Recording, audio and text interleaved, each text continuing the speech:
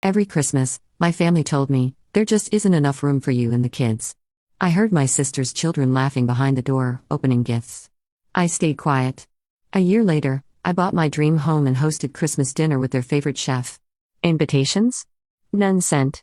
When photos hit social media, their silence turned to furious calls. Growing up, Christmas was always magical in the Peterson household. Mom would spend weeks decorating every inch of our childhood home, Dad would dress up as Santa for the neighborhood kids, and the smell of cinnamon rolls would wake us up on Christmas morning. Those memories felt like a lifetime ago as I stood outside my parents' front door last December, holding my two young children's hands while balancing a bag of presents. "Mommy, why aren't we going inside?" my 6-year-old daughter Emma asked, tugging at my coat sleeve. I took a deep breath and knocked again, louder this time. Through the frosted glass, I could see the warm glow of Christmas lights and hear laughter echoing from inside. Finally, my mother opened the door, her face immediately shifting from holiday cheer to what I can only describe as mild annoyance. "Oh, Sarah. I didn't realize you were coming by today," she said, not moving aside to let us in from the cold. "Mom, it's Christmas Eve? We talked about this last week," I replied, trying to keep my voice steady. "You said family dinner was at 6.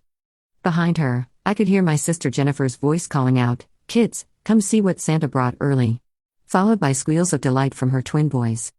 My mother glanced nervously over her shoulder, then back at me. "Well, the thing is, honey, we just don't have enough room this year. Jennifer's family is here, and you know how the boys get when there are too many people around. Maybe next year we can plan better?"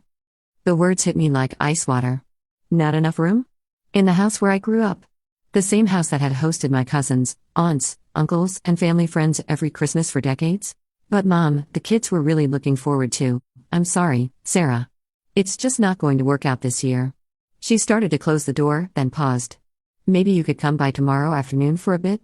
After we've cleaned up?" The door clicked shut, leaving me standing there with my 4-year-old son Jake and Emma, both of whom were too young to fully understand what had just happened but old enough to sense something was very wrong. As we walked back to my car, I could hear the celebration continuing inside. Jennifer's boys were laughing, probably tearing into presents while sitting in the same spots where Emma and Jake should have been. Through the large front window, I caught a glimpse of the dining room table set for 8 people, my parents, Jennifer, her husband Mark, their twins, and even Jennifer's mother-in-law, who I'd met maybe 3 times in my life. 8 people. In a house that had comfortably seated 15 during countless Christmas dinners. "Mommy, are we still having Christmas?" Emma asked from her car seat as I sat in the driveway, trying to compose myself. "Of course, baby. We're going to have the best Christmas ever," I said, wiping away tears I hoped she couldn't see in the dark. That night, after putting the kids to bed in our small apartment, I sat at my kitchen table with a glass of wine and really took stock of my life. 6 months earlier, my divorce from Emma and Jake's father had been finalized. It wasn't messy, we simply grew apart, but it left me starting over at 32 with 2 young children and an entry-level marketing job. I'd moved back to my hometown specifically to be closer to family. I thought having grandparents, aunts, and uncles nearby would give my kids the support system I desperately wanted them to have. Instead, I was finding out just how little I apparently mattered to the people I'd always considered my closest family. This wasn't the first time, either. I'd been quietly excluded from family gatherings for months. Jennifer's birthday dinner? We'd already made reservations for 4. Mom's retirement party? It's just going to be small and intimate. Dad's 65th birthday? The restaurant has a private room, but it's pretty tiny. Every excuse was delivered with a smile and a promise that next time would be different. But next time never came, and I was always the one left out. The worst part was the gaslighting. When I gently bring up feeling excluded, Mom would act shocked. "Oh honey, you know you're always welcome. We just assumed you were busy with work and the kids." Jennifer would chime in with, "You should have just asked if you could come." As if I needed to beg for an invitation to family events. Sitting there on Christmas Eve, I made myself a promise. I was done being the family doormat. I was done making excuses for their behavior and pretending it didn't hurt. Most importantly, I was done letting my children see their mother be treated as less than. The next morning, Emma and Jake opened their presents in our little living room, and we had pancakes for Christmas breakfast. It wasn't the magical Christmas morning I'd envisioned, but watching their faces light up reminded me that we didn't need anyone else to be happy. That afternoon, I drove past my parents' house on the way to the park. Through the windows, I could see my family lounging around in matching Christmas pajamas, playing with new toys, the picture of holiday bliss. No one had called to check on us. No one had even sent a text. The moment I realized I was truly done caring about their approval was oddly liberating. Over the next few months, I threw myself into work with a new intensity. The marketing agency I worked for was small but growing rapidly, and I started picking up freelance clients on the side. I was determined to build a better life for my children, one where they wouldn't have to watch their mother be dismissed and excluded. By summer, my hard work was paying off. I'd been promoted to senior account manager, and my freelance business was bringing in enough extra income to start house hunting. For the first time since my divorce, I felt genuinely hopeful about the future. The house I found was everything I dreamed of as a kid. A beautiful Victorian on Elm Street, just 10 minutes from downtown, with 4 bedrooms, a wraparound porch, and a dining room that could easily seat 12 people. The kitchen was a chef's dream, with granite countertops, professional-grade appliances, and enough space to host serious dinner parties. It was also 2 streets over from Jennifer's house. When I told my parents I was buying the house, their reaction was telling. Instead of excitement or congratulations, Mom's first comment was, "Isn't that a bit much for someone in your situation?" Dad wondered aloud how I could possibly afford something like that. Jennifer was more direct. "Are you sure you thought this through, Sarah? That's a lot of house for a single mom. What if you can't keep up with the payments?" Their lack of faith in me only fueled my determination. In September, I closed on the house and spent the next few months turning it into everything I'd always wanted in a home. Emma and Jake each got their own rooms, painted in their favorite colors. I set up a home office where I could work on my growing freelance business. And I made sure that dining room was absolutely perfect. By November, I knew exactly what I wanted to do for Christmas. See, over the years, I'd heard my family rave about Chef Marcus Rodriguez countless times. He was the executive chef at Bellingham, the most expensive restaurant in our city, and apparently Jennifer's absolute favorite.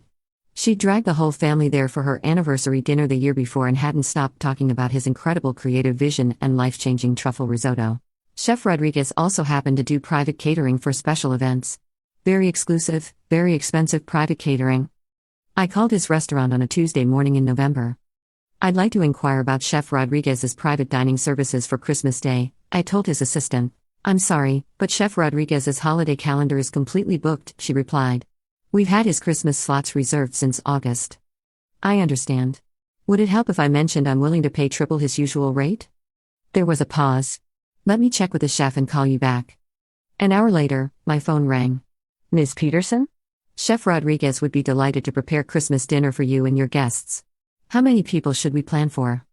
I looked around my beautiful new dining room, mentally counting seats. "Let's plan for 10, I said. "And please, don't hold back on anything. I want this to be absolutely unforgettable." The guest list came together quickly. My college roommate Lisa and her family were going to be in town visiting her parents. My neighbor Mrs. Chen, a widow who'd become like a grandmother to Emma and Jake, was thrilled to be included. I invited my old co-worker Michael and his partner James, who'd always been kind to me during my divorce.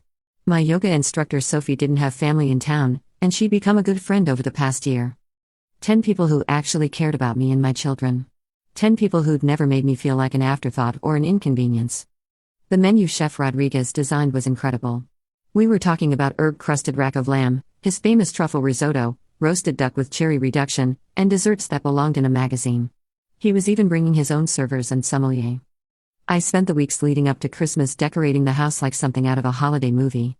Professional lights on the outside, a 12-foot tree in the living room, garlands on every banister, and enough candles to make the whole place glow.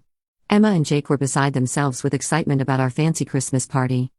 2 weeks before Christmas, Jennifer called me. "So what are you guys doing for Christmas this year?" she asked, in that casual tone people use when they're fishing for information. "We're having people over," I said simply. "Oh, that's nice. Anyone I know?" "Just some friends." "Well, maybe we could stop by after dinner at Mom and Dad's? The boys would love to see Emma and Jake." I almost laughed.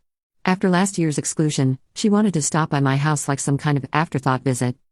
"I don't think that's going to work out," I said. "We'll be pretty busy with our guests." There was a pause. "Guests? Like, a party?" "Something like that. Sarah, you know you're always welcome at Mom and Dad's. Last year was just, Jennifer, I need to go. The kids need dinner." I hung up before she could guilt me into anything. On Christmas morning, Emma and Jake opened their presents in our beautiful living room, then helped me set the table with my new china and crystal glasses. The house smelled amazing. Chef Rodriguez had arrived at 10 a.m. and had been working magic in my kitchen ever since. At 2 o'clock, my guests started arriving, and the house filled with laughter and warmth in a way it never had before. Mrs. Chen brought homemade cookies that the kids devoured. Lisa's daughters immediately bonded with Emma over their shared love of art. Michael and James entertained Jake with card tricks. When we sat down for dinner, Chef Rodriguez presented each course like we were at the finest restaurant in the world. The food was absolutely incredible, better than anything I'd ever tasted. The conversation flowed, the wine was perfect, and watching Emma and Jake giggle with their new favorite adults filled my heart in a way family gatherings never had. After dinner, we moved to the living room for coffee and dessert. The kids played board games with the adults, everyone shared stories, and I felt genuinely happy for the first time in years. That's when I decided to post some photos on social media. I've been pretty quiet on Facebook and Instagram for the past year, sharing maybe 1 or 2 photos a month of the kids. But this day felt worth documenting. I posted a picture of our beautifully set dining room table before dinner, with the caption "Grateful for friends who feel like family." Then a photo of Emma and Jake laughing with Mrs. Chen in the kitchen, captioned "When Christmas magic happens in your own home."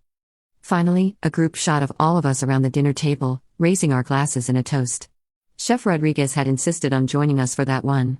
My caption was simple: Christmas 2024, surrounded by love. Within an hour, the photos had dozens of likes and comments.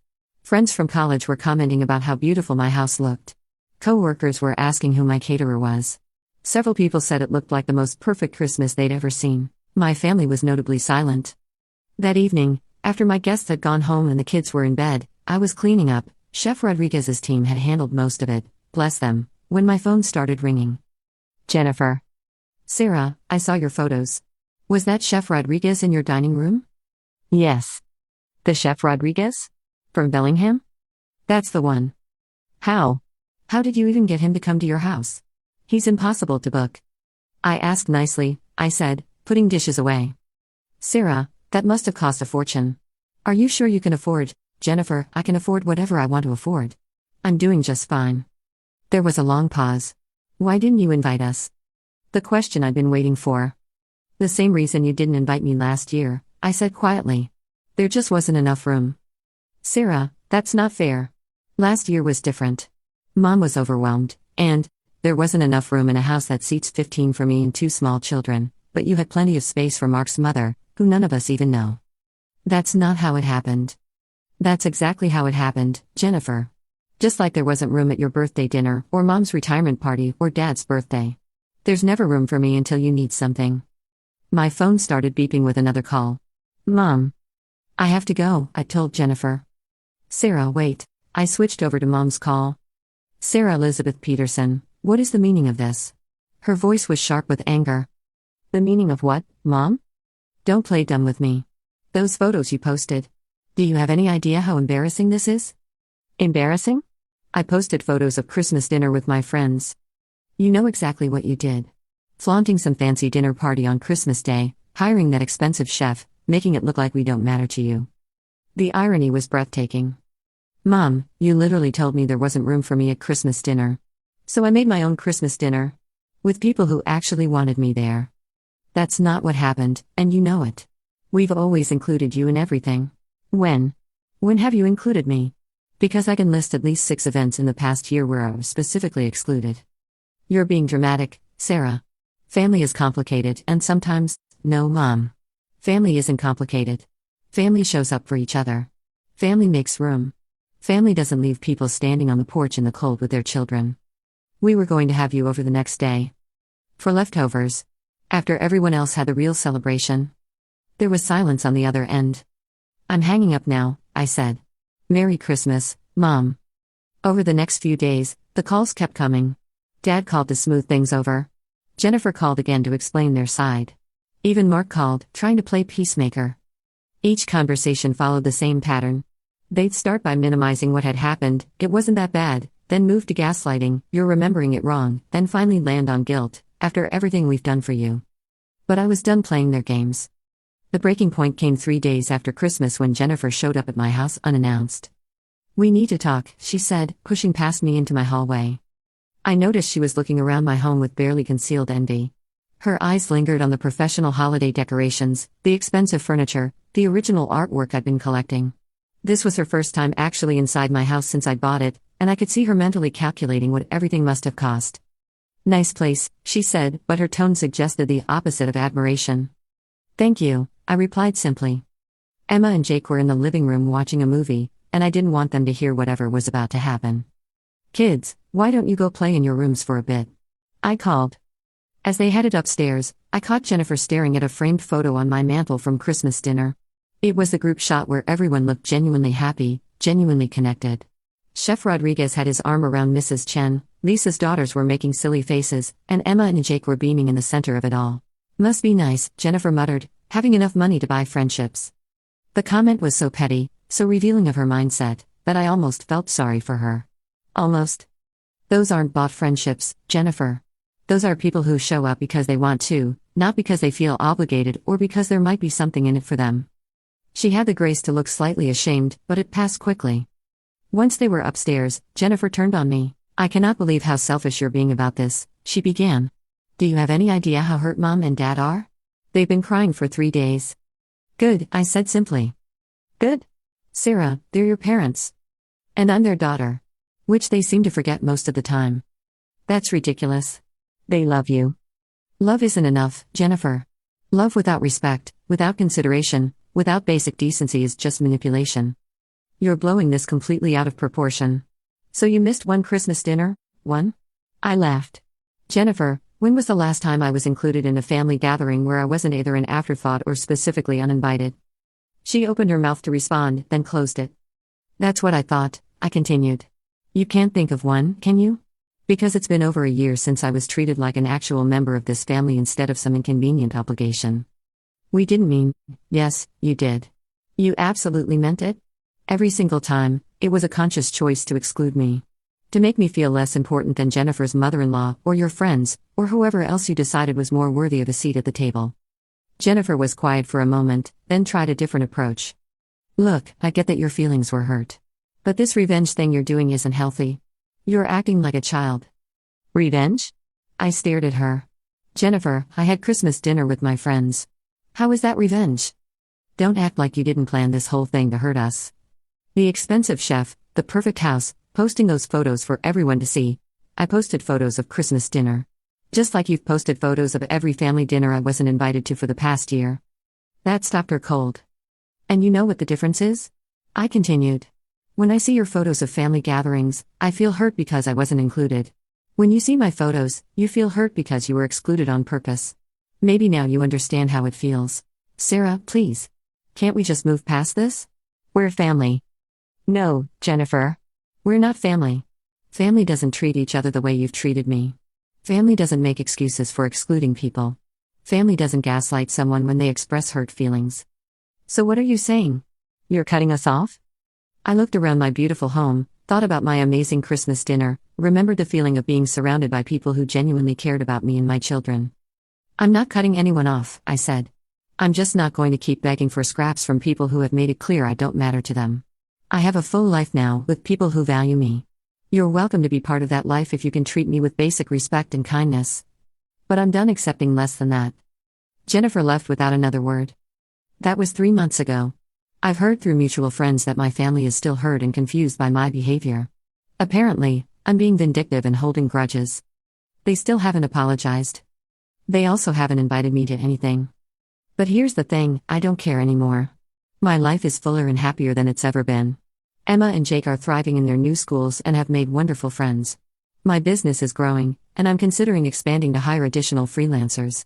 Mrs. Chen has become like a grandmother to the kids, and they adore her. Most importantly, I'm teaching my children that they deserve to be treated with respect and kindness, and that it's okay to walk away from people who consistently make them feel less than, even if those people are family. Last week, Emma asked me, "Mommy, are we going to have another fancy Christmas party this year?" "Absolutely," I told her. "Would you like to help me plan the menu?" Her face lit up. "Can we invite Mrs. Chen again? And Lisa's family? And maybe some of my friends from school? We can invite whoever we want, baby. It's our house, our Christmas, and our choice. Because that's what I learned that Christmas Day when I stood on my parents' porch in the cold. Sometimes the family you choose is better than the family you're born into. Sometimes you have to stop waiting for people to make room for you and start making your own space instead. And sometimes the best revenge isn't revenge at all, it's just living your best life without the people who try to make you feel small." My dining room table seats 12 now, and every seat will be filled with people who actually want to be there. People who would never dream of telling me there isn't enough room. "I didn't need to," I replied. Good chefs talk to each other about difficult clients. You've built quite a reputation at the restaurants around town. It turns out that years of Jennifer treating service staff poorly, snapping at servers, complaining about everything, demanding discounts and freebies, had finally caught up with her. In a small city like ours, word gets around fast in the hospitality industry. That's not fair. She protested. Neither is leaving family members standing on the porch on Christmas Eve, I said. But here we are. What I didn't tell Jennifer was that Chef Rodriguez had actually reached out to me personally after her attempted booking. Your sister called my restaurant, he'd said during our phone conversation. I wanted to let you know that my team and I consider you a valued client, and we don't work with people who might compromise the positive relationships we've built. Apparently, Jennifer had been quite rude during her initial inquiry, treating his assistant dismissively and making demands about pricing and menu changes before even securing a booking. When they politely explained their policies, she'd become increasingly hostile. I've worked with many families like yours over the years, Chef Rodriguez had continued. People who understand that good food is about more than just the meal, it's about respect, appreciation, and creating meaningful experiences. That's not something that can be purchased with rudeness or entitlement. I thanked him for his discretion and professionalism. It was yet another reminder that the life I was building was filled with people who valued integrity and kindness, qualities that seemed to be in short supply in my biological family. The irony wasn't lost on me. For years, Jennifer had name-dropped Chef Rodriguez at every opportunity, claiming to be one of his favorite clients whenever she managed to get a reservation at Bellingham. Now she couldn't even get him to cater a simple dinner party, while I had become one of his regulars for special occasions. It wasn't that I was trying to block her access, I genuinely didn't care enough about her social life to interfere. It was simply that actions have consequences, and Jennifer was finally experiencing hers. The final nail in the coffin came 2 weeks ago when Mom called, her voice shaking with what I initially thought was emotion but quickly realized was rage. Sarah, I need you to take down those photos from Christmas, she demanded. What? Your Christmas photos. Take them down. People are asking me about them, and it's embarrassing. What people? Everyone. The neighbors, people from church, my book club. They all saw your fancy dinner and they're asking why we weren't there. I don't know what to tell them. I almost felt sorry for her. Almost. Tell them the truth, Mom. Tell them you didn't invite me. I can't say that. What would people think? They think you treated your daughter poorly and she moved on with her life. Sarah Elizabeth, you take those photos down right now, or what? You'll exclude me from more family events? Stop calling me? Mom, you can't threaten to take away something you already took away. She hung up on me. That night, I added one more photo to my Christmas album on Facebook. It was a picture of Emma and Jake in our backyard, building a snowman the day after Christmas. My caption read, "Sometimes the best gift is learning your own worth." Within hours, it had over 100 likes and dozens of comments from friends supporting me. Several people shared their own stories of family dysfunction and how they'd found happiness after setting boundaries. The most meaningful comment came from my old college professor, Dr. Martinez, who wrote, "Sarah, watching you build such a beautiful life for yourself and your children has been inspiring. You're teaching them that love isn't about accepting poor treatment, it's about surrounding yourself with people who see your value. That's the greatest gift any parent can give." That comment made me cry, happy tears, for once. Yesterday, I got a text from Jennifer, "Mom's birthday is next month. Are you going to keep this up forever?" I replied, "There's nothing to keep up. When you're ready to apologize and treat me like family, let me know. Until then, I'll be here living my life." She hasn't responded. The truth is, I sleep better now than I have in years. My kids are learning what healthy relationships look like. My career is thriving. My house is filled with laughter and warmth from people who choose to be there. Most importantly, I'm no longer teaching my children that they should accept crumbs from people who should love them unconditionally. Emma and Jake will grow up knowing they deserve to be chosen, celebrated, and valued, not as an afterthought or when it's convenient, but always. This Christmas, when Chef Rodriguez serves our second annual dinner, yes, I've already booked him, we'll be surrounded by friends who have become family. Mrs. Chen is bringing her famous cookies again. Lisa's family is flying in specifically for our dinner. 3 of Emma's school friends are joining us with their parents. Michael and James are bringing their new puppy, which has Emma and Jake absolutely thrilled. I've also invited my divorce attorney, Patricia, who became a friend during my legal proceedings and has been incredibly supportive of my journey toward independence. She's bringing her teenage daughter, who's been mentoring Emma in art projects. My yoga instructor Sophie is coming again, this time with her new boyfriend, who happens to be a professional photographer and has offered to capture our celebration. The guest list keeps growing organically, the way genuine relationships do. People who care about each other naturally want to include each other in special moments. It's such a stark contrast to my family's approach, where every invitation seemed calculated, conditional, or reluctantly extended. What's particularly satisfying is watching Emma and Jake learn what healthy relationships look like. They're seeing adults who show up consistently, who follow through on promises, who treat each other with respect and kindness. They're learning that love is demonstrated through actions, not just words.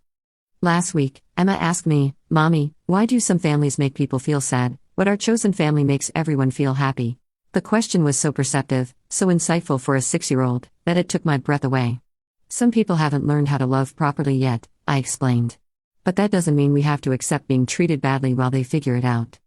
Is that why Grandma and Grandpa don't come to our house anymore? That's part of it, sweetheart.